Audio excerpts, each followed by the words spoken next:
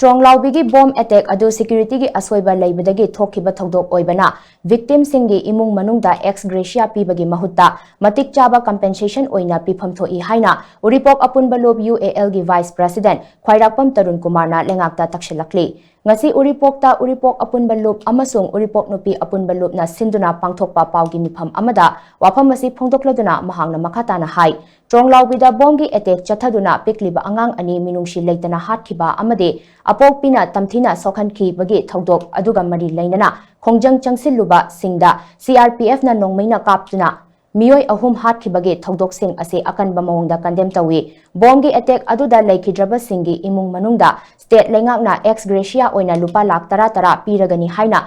laukthokkhriba asi miyamna yabangamloi lamdam asigi miyamgi thawai amasung liberty ngak senba haibase state ki fundamental constitutional duty ni Thogdang asi state na ngakpa ngamdaba amade security gi asoiba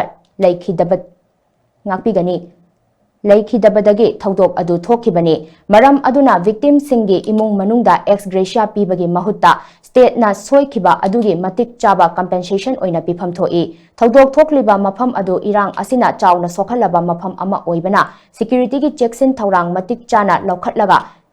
Leifam Thokpani, Angang Ani Laikidaba Amadi Apokpi Mama Tamthina Sokhan Kibagi Thodok Ado Yaningdaba Fongdok Page, Kongjangda Saruk Yaruba, Micham Miyamda CRPF na minimum force season Nabagi Mahutta, life round Kapsinduna Miyoi Ahum Hat Kiba Amadi Kaya Amana Asok Apan Nanghan Kiba Ase Laibak Thibani, Thodok Asigi Matangda High Court ki retired judge Nataga District and Session Judge Tagi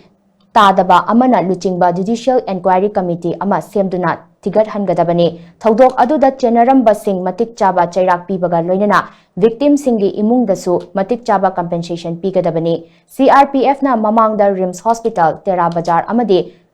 Hairangoi Thong na Chingba Mapam Singda, Thokiba Thodok Kaya Dasu, Miyam da Nongmay Kapshinduna, Micham Miyam Kaya Hatpagi Thawong Chatakiba Laikrabani, Maram Aduna Force Asi Lamdam Asigi, Laihauga, Chanadaba Force Ama Oirakle, Haibada Haiman Bathokloi, Amaromda Tronglaobi Thodok Adu Enayeda Lengakna Sinaragani Haina, Lauthok Krabanina, Sinakibagi documents sing adu public domain da Panganbiyo, case Asi Athubada, charge sheet Tangatuna, Akaknaba Matamgi Manungda, trial Chathagadabani, Amade, Mara Labasing adu logi matung inat, Matik Chaba Chairak Pigadabani, Hainaso, Mahakna Makatana Fungdoki. Of my Tom the Sinagari having a season door, public domain, the Madame Tamanbu, Aduga Madu Captain Hector, Moy Hen was soft of tourism, Masima Yabung Moy, Aduna within a time bound, I guess Sarsit Summit of Godabani, Moy and Garan Han, whom party, whom Sisu, of the kid Tronglaobi, Togdosica, Marilyn, and a party, part of Rivasu, Aduga Matang to clear with Rena Loje, Aduna Atuba Matamda, Sarsit Summit over Aduga day to day basis, trial Satarakanda. Maramdi Lamdam Siki Tangaba, Kogi precious soul, Ani get Hawaii become the Hangrabanina within a time frame. We NIA can see investigation, trial with Salakanda, Kogi Maduris Generamiba, we culprit swingdo in accordance with law, fighting the punishment Piba said, as a Uripok Miam, Yapambani,